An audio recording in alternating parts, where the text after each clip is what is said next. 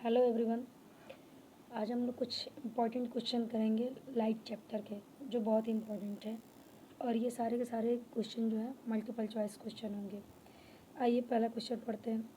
A smooth shining surface which rebounce the light back in the same or by different direction is called. इतना तो आप जान लीजिए कि जो स्मूथ सरफेस से लाइट रीबाउंस होगी या बैक बाउंस होगी उसको हम लोग क्या कहेंगे? मिरर। ऑप्शन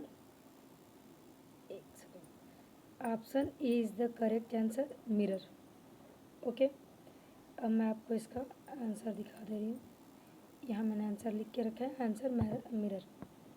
पहले क्वेश्चन का आंसर आपका मिरर है। आइए सेकंड क्वेश्चन देखते हैं, फटाफट क्वेश्चन करेंगे। बीम ऑफ लाइट, देखिए लिखा है इस पर, beam of light striking the reflecting surface.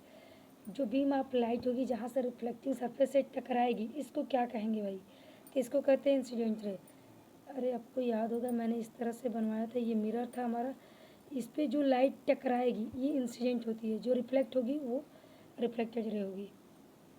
ठीक है, इसलिए इसका ऑप्शन जो है आपका बी सही है। आंसर आप देख सकते हैं, B incident ray. Third question देखिए। थर्ड क्वेश्चन थोड़ा सा क्वेश्चन को मॉडिफाइड करने की कोशिश किया गया है। यहाँ पे बहुत बड़ा कोई क्वेश्चन नहीं है। देखिए लिखा क्या है, बैंड ऑफ 7 कलर। 7 कलर के बैंड को आप क्या कहेंगे? विबिग्योर, स्पेक्ट्रम, डिस्पर्सन्स या रिफ्लेक्शन? आपका सही आंसर होगा स्पेक्ट्रम।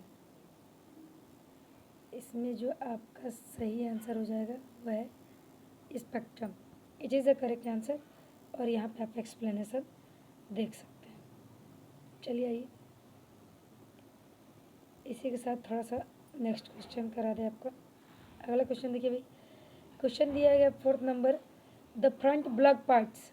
आपके बुक में साफ साफ लिखा हुआ है कि जो ब्लग पार्ट है, आँखों का जो फ्रंट ब्लग पार्ट्स है, इसको हम लोग क्या कहते हैं? इसमें front blog part of the eye ball is called. तो इसका जो सही आंसर हो जाएगा वो क्या है भाई? आपका कॉर्निया। ये आपका करेक्ट आंसर है ए, कॉर्निया। चलिए अगला क्वेश्चन देखते हैं।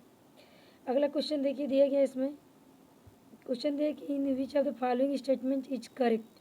क्या ढूंढना है? Current regarding the rod and cone. Rod और कोन के हिसाब से करेक्ट बताना है, करेक्ट क्या है।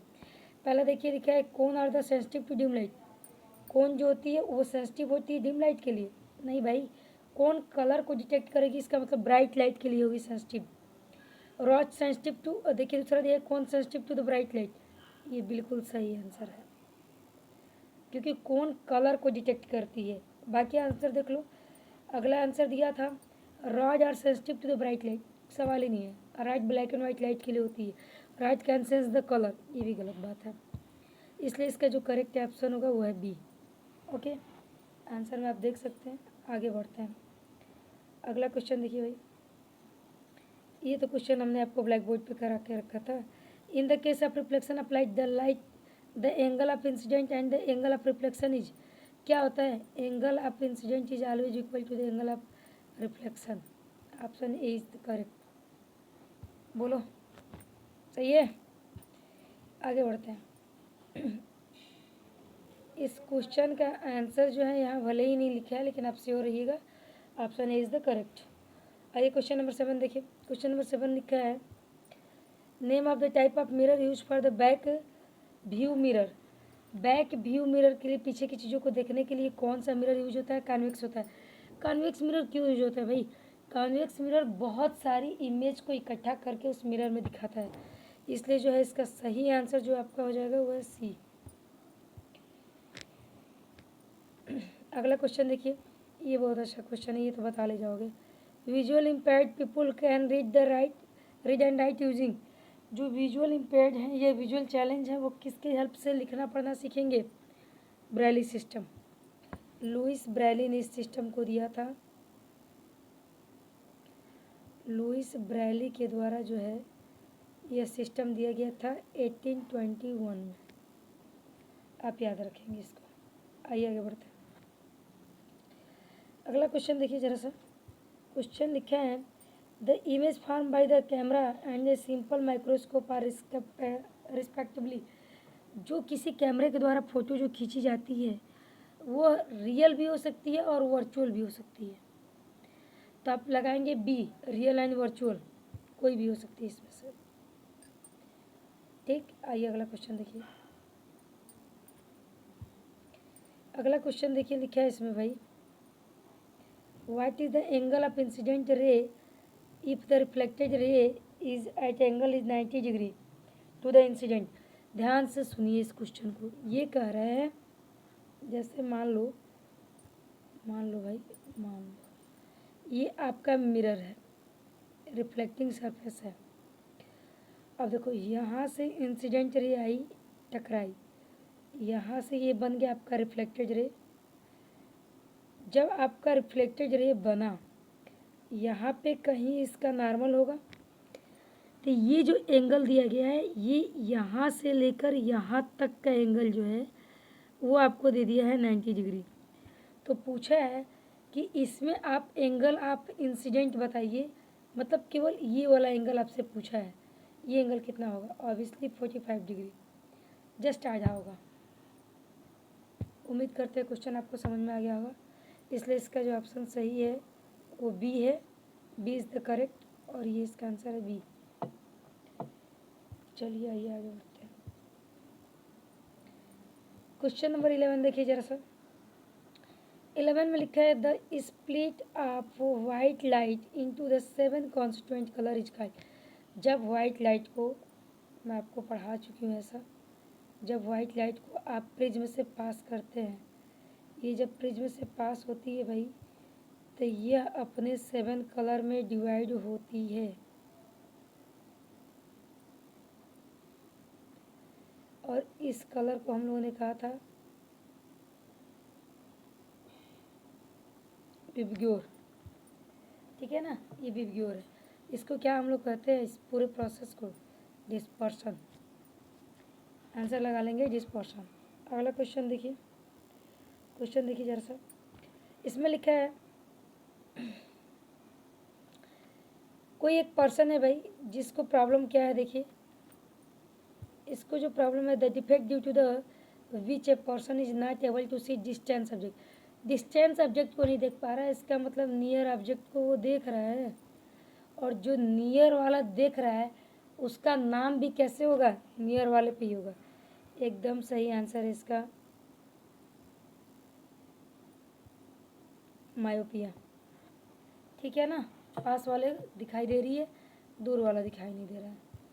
आइए आगे बढ़ते हैं, नेक्स्ट क्वेश्चन करते हैं। अगला क्वेश्चन देखिए, दिया गया है, क्वेश्चन दिया the amount of light entering the eye is control by. जो लाइट की अमाउंट होगी, हमने आपसे कहा था कि अगर लाइट के अमाउंट की बात कर रहा है, और विशेषकर अगर वर्ड कहीं प्यूपिल लिख के आ गया,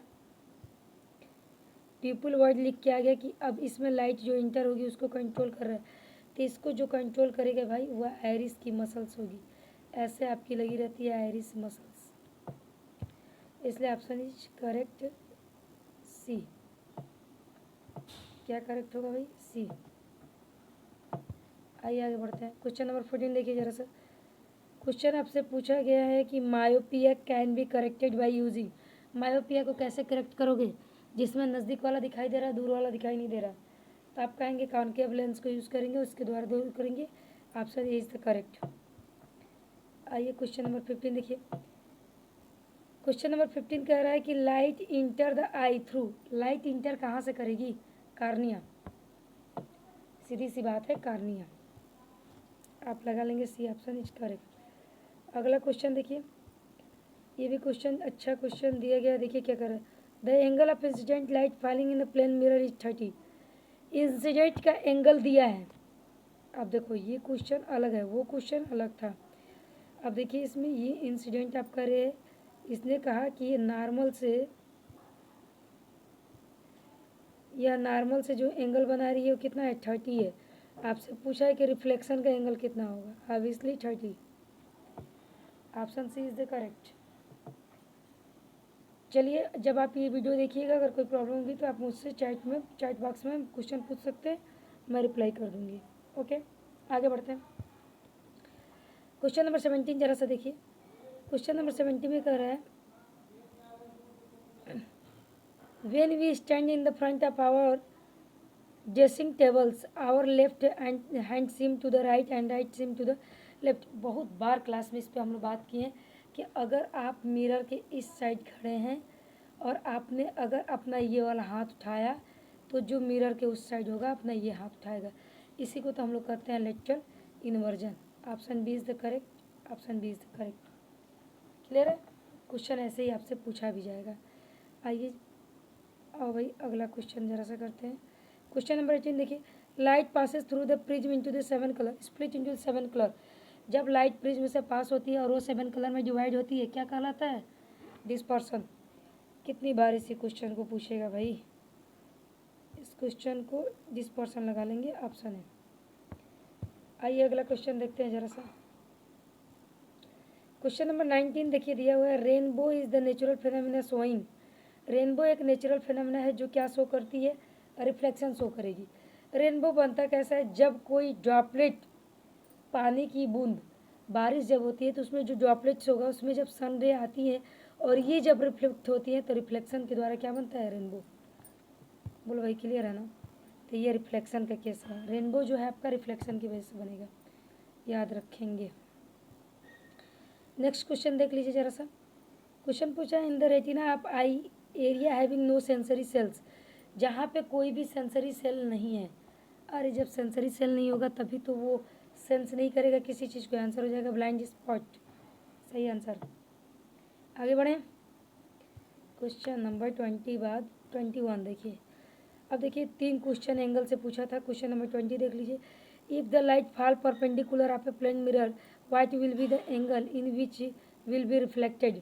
ये कह रहा है कि जब यह एंगल है, सुनिए ध्यान से, ये कह रहा है कि लाइट फॉल कर रही है perpendicular of the plane mirror. ये मान लो, सुनो ध्यान से, थोड़ा सा समझो इस क्वेश्चन को भाई। अगर यह एंगल, सुनिए ध्यान से, अगर यह ऐसे प्लेन मिरर आपका बना हुआ है और कोई इस पे लाइट डायरेक्ट ऐसे गिर रही है, परपेंडिकुलर गिर रही है, समझ रहे हैं ना? अगर ये परपेंडिकुलर लाइट इस तरह से गिरी तो जो इसका रिफ्लेक्शन होगा वो 180 डिग्री पे होगा। मतलब ये पूरा का पूरा 180 डिग्री इसका रिफ्लेक्शन होगा।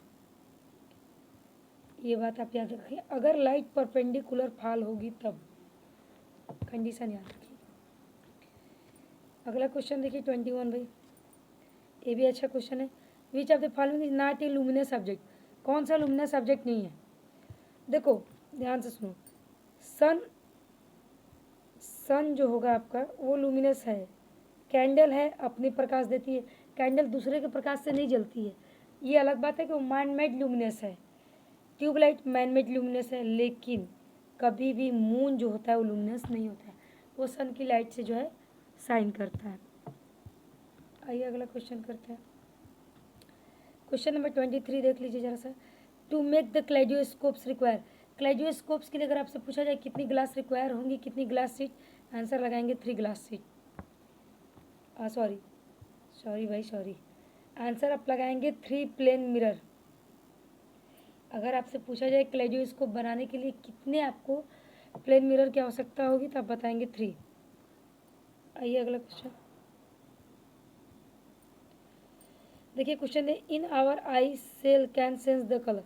कौन सा हमारी आर्गन आई में जो है कौन सा ऐसा सेल है जो कलर को सेंस करेगा? बस एक ही तो है, कौन?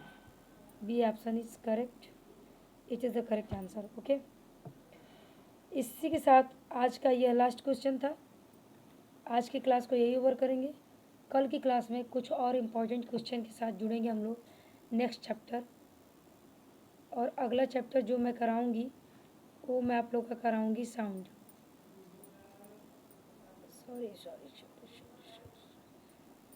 साउंड कराएंगे भाई,